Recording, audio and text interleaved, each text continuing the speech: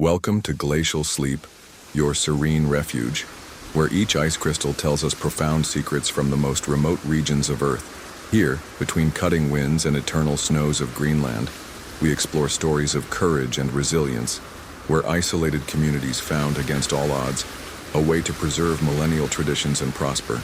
Tonight, we'll dive deep into the ancestral and modern techniques that allow the last inhabitants of Greenland's coldest regions to resist extreme cold and isolation, unveiling the mysteries of traditional dwellings and the intelligent use of available Arctic resources.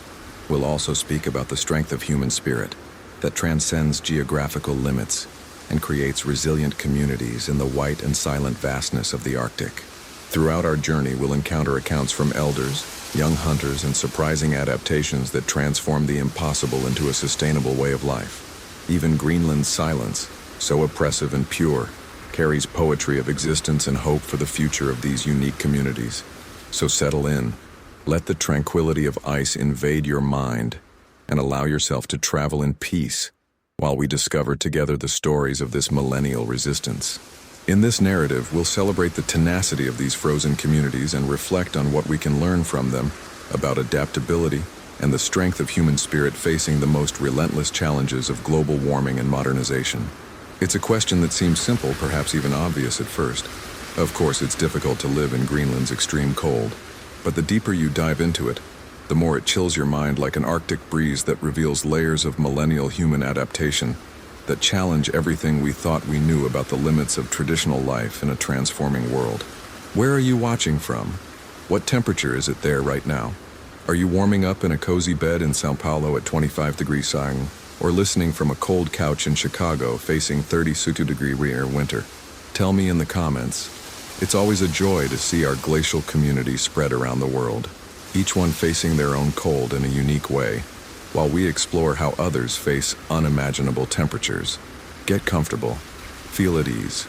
You don't need to remember every detail of this journey through Greenland's frozen lands. You don't need to take notes or stay alert. Just let the words pass through you like the gentle Arctic wind, carrying stories of resistance and human adaptation that have crossed centuries of ice and tradition. And as we begin this gentle exploration through the coldest inhabited territories of Greenland, remember that this video is only for educational and relaxation purposes and is not intended as medical advice or substitute for professional treatment. Ready?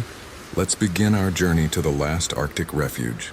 What exactly does it mean to be one of the last inhabitants of Greenland living at 30 degrees? This temperature is so extreme that water vapor freezes instantly in the air, creating a crystalline mist that dances around the colorful wooden houses. For most people, 30 degrees C is just a distant number, a meteorological curiosity that appears in Arctic documentaries. But for those who truly face this reality daily, it's a force that shapes every aspect of their lives, from the first thought upon waking to the last breath before sleep. For millennia, Greenland has been home to communities that developed extraordinary ways of living in harmony with ice. These weren't just survival strategies, but entire cultures built around intimate relationships with extreme cold. The Inuit developed more than 50 different words for specific types of snow and ice, each one describing conditions that determined whether it would be a day of successful hunting or safe shelter staying. But this ancestral vision changed dramatically with the arrival of modernization and climate change. Communities that prospered for generations began facing unique challenges.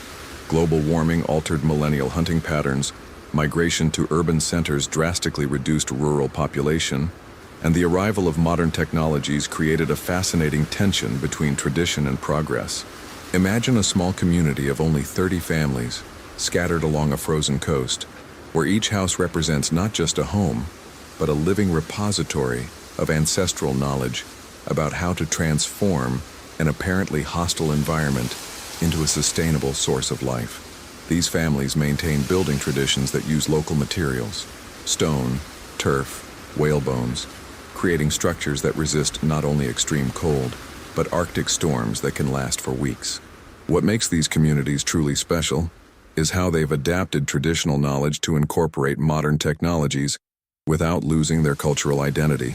Solar panels power satellite communication equipment, but food preservation techniques remain the same ones used by ancestors 500 years ago. And perhaps the most touching aspect is how these communities maintain their social cohesion in face of extreme isolation.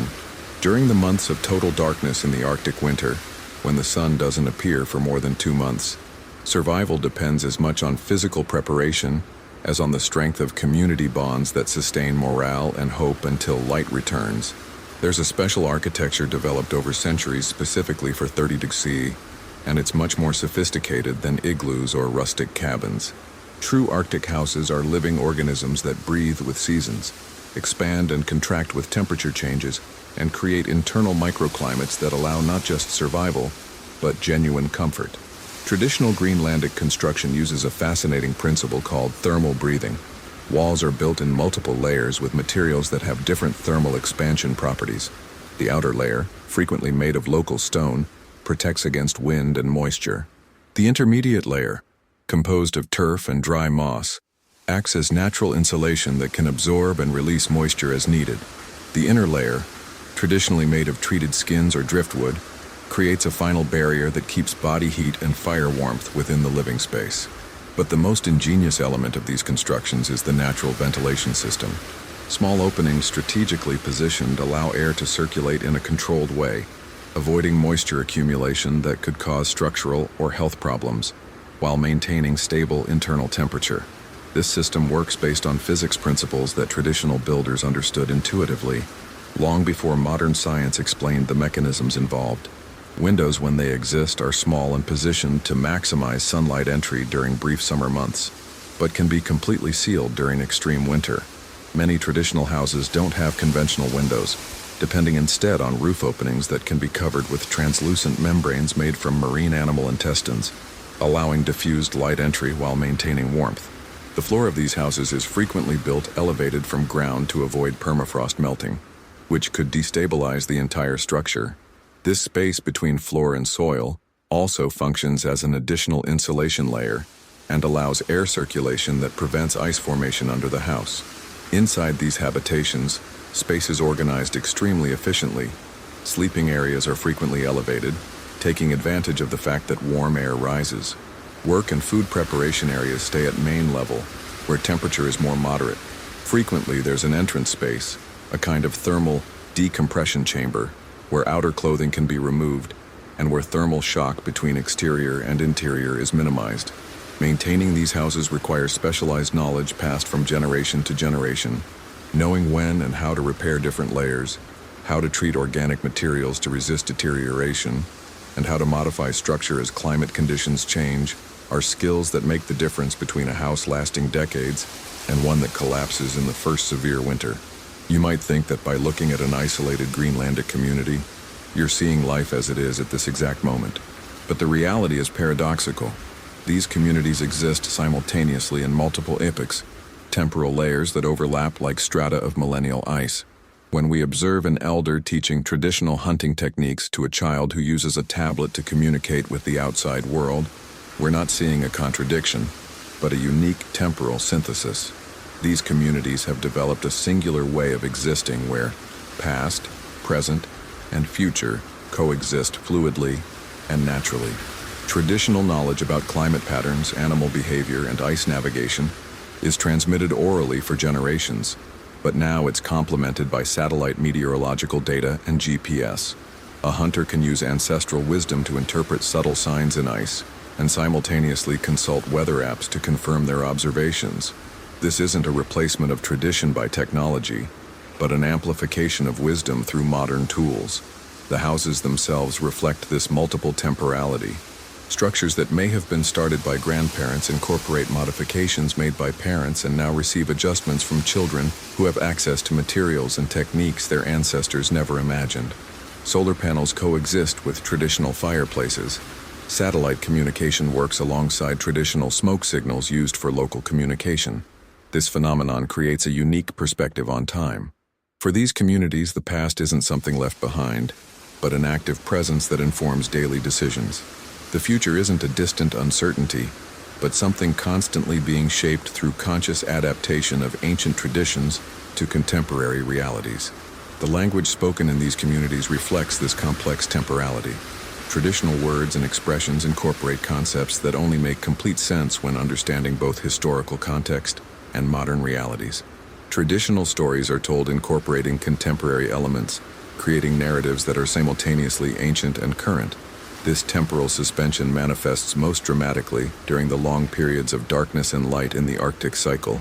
During polar night, when the sun doesn't appear for months, time seems truly suspended. Daily activities aren't governed by normal solar cycle, but by internal community rhythms developed over generations. Paradoxically, this apparent temporal suspension allows these communities to be extremely adaptable. By not being trapped in a single epoch or set of practices, they can incorporate useful innovations while maintaining traditional elements that proved their efficacy throughout centuries of testing in the most challenging Arctic environment. Imagine yourself walking through Greenlandic tundra in the middle of a snowstorm. The wind howls with supernatural intensity, carrying ice crystals that cut exposed skin like microscopic glass fragments. Visibility is reduced to a few meters. You can distinguish only the vague outline of a low construction, the oscillating silhouette of a radio antenna emerging from white mist. Beyond this limited reach, everything disappears in uniform whiteness that swallows the horizon.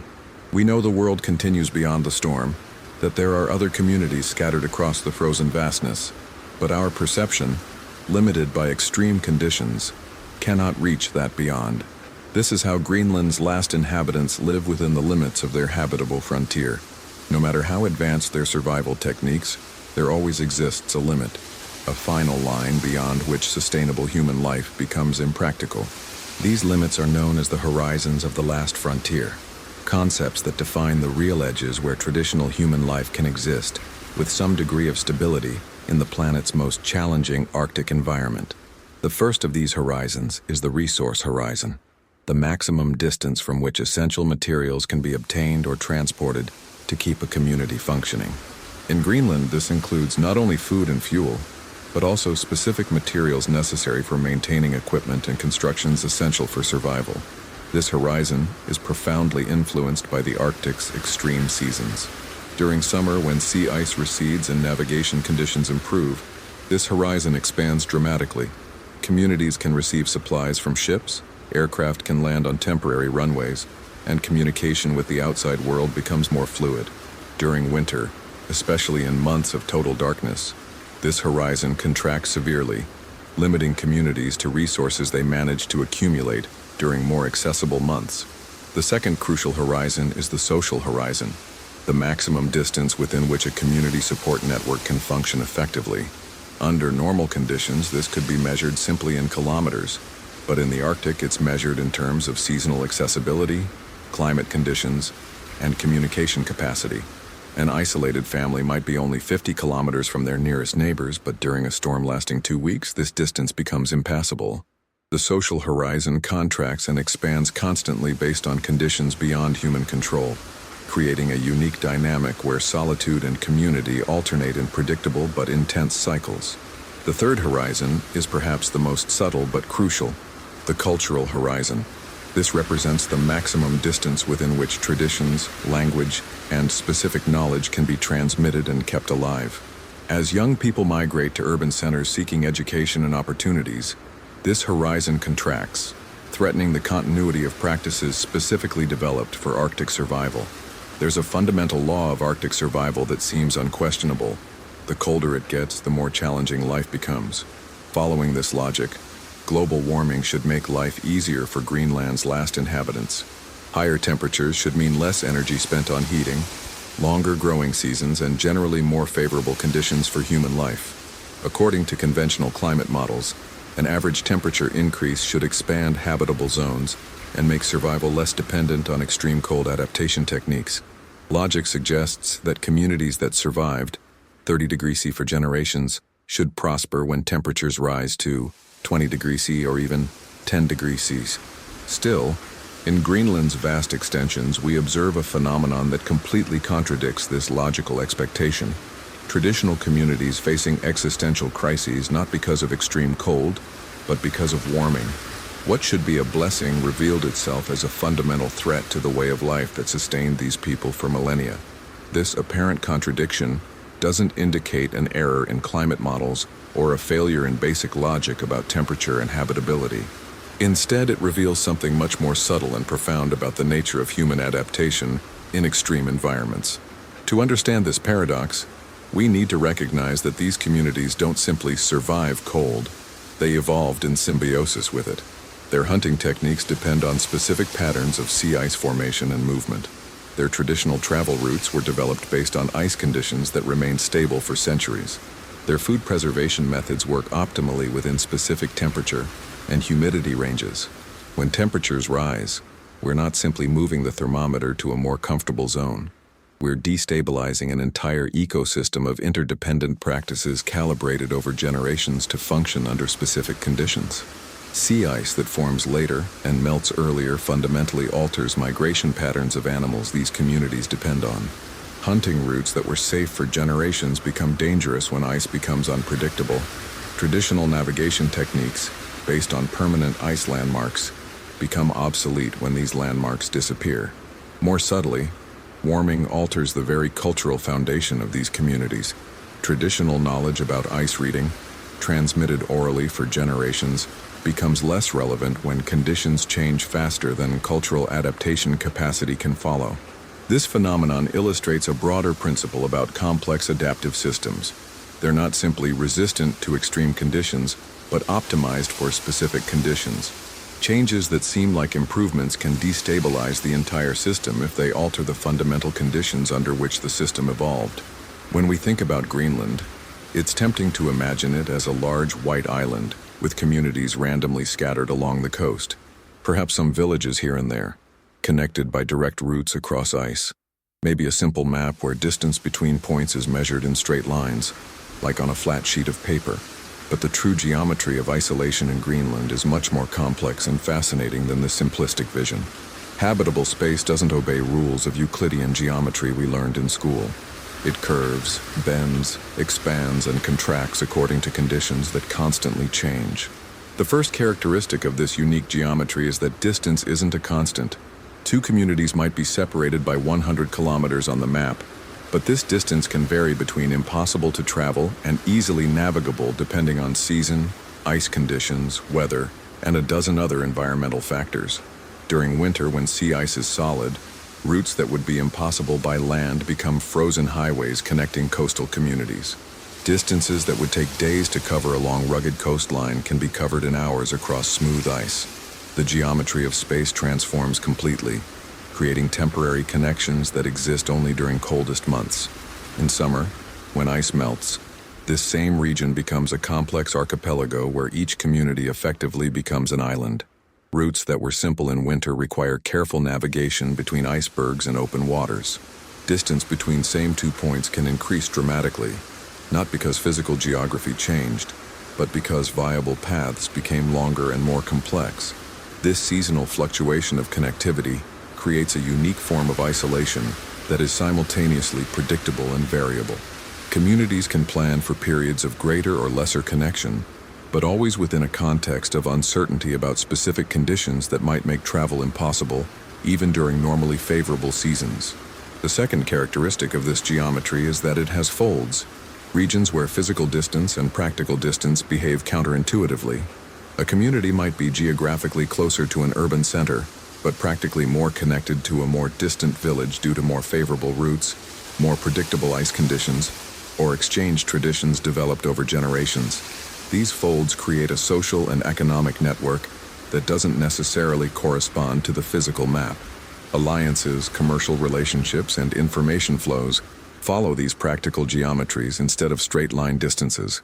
The third characteristic is that this geometry has event horizons, points beyond which communication and transport become impractical regardless of available technology. These horizons aren't fixed but fluctuate based on environmental conditions, creating zones of variable accessibility that expand and contract like the breathing of a gigantic living organism. There's something deeply comforting in the idea that every time you hear Arctic wind cutting through buildings of a Greenlandic village, you're actually listening to conversations between generations. This wind may well have touched the faces of the first inhabitants of these lands, carried warmth from the first fires, and whispered through the first attempts to create home in this frozen vastness. Everything we know about resistance and human adaptation in the Arctic comes from this attentive and respectful listening to voices the wind carries.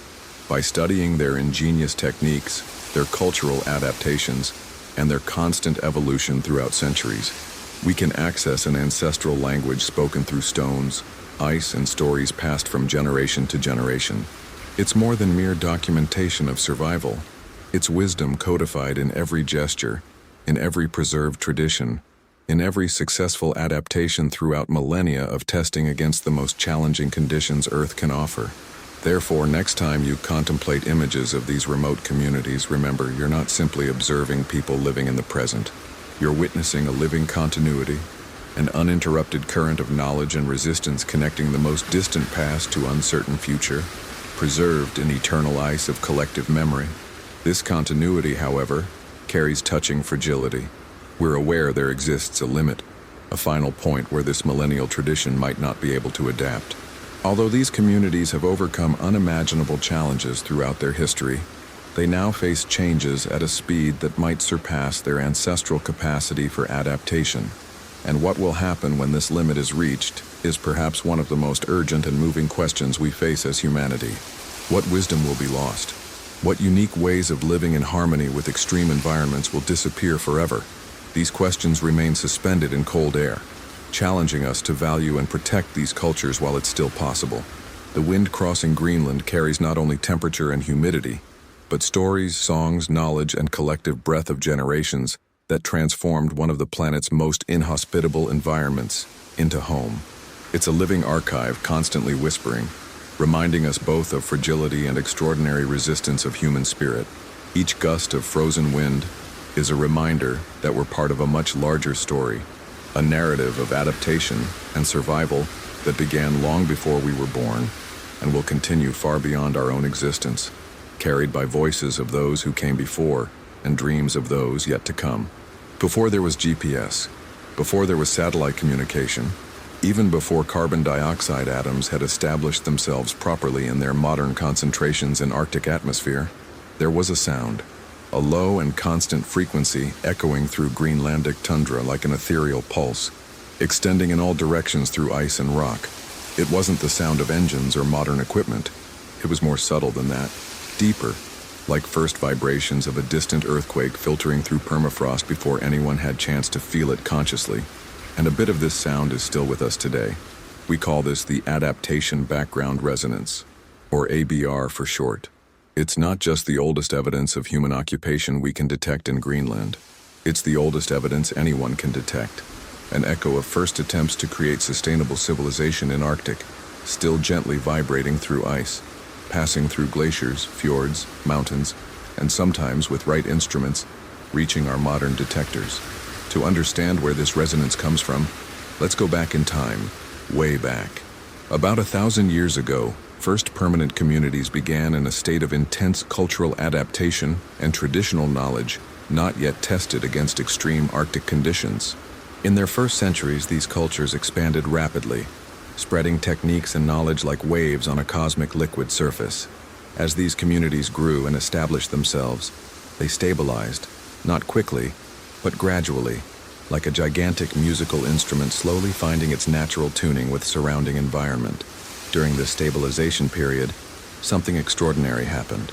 Communities began developing a form of communication that transcended spoken language, a cultural resonance that allowed essential survival knowledge to be transmitted even when direct contact between groups became impossible due to extreme climate conditions.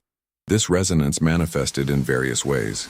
Similar construction patterns emerging independently in separate communities, hunting techniques being refined in parallel ways, and most surprisingly, oral stories and traditions developing common elements even when communities were isolated from each other for months or years. What makes this resonance truly fascinating is that it seems to have created a form of Arctic collective intelligence, a distributed knowledge system that was greater than some of its individual parts. Individual communities contributed their discoveries and adaptations to this common wisdom pool, which then influenced development of other communities through mechanisms we still don't completely understand. Today, when we analyze patterns of human occupation in Greenland, we can detect echoes of this ancestral resonance. Decisions about settlement locations, construction techniques, and subsistence strategies still reflect principles established during those first centuries of intensive adaptation. More intriguingly still, it seems this resonance continues active. Modern communities, even with access to contemporary technologies, frequently rediscover or converge toward solutions that echo ancestral practices, suggesting there's something fundamental about relationship between humans and Arctic environment that transcends specific epochs or available technologies. Just as ice preserves climate records of thousands of years in its crystalline layers, so too do Greenland's last communities maintain living records of human adaptation beneath their apparent simplicity.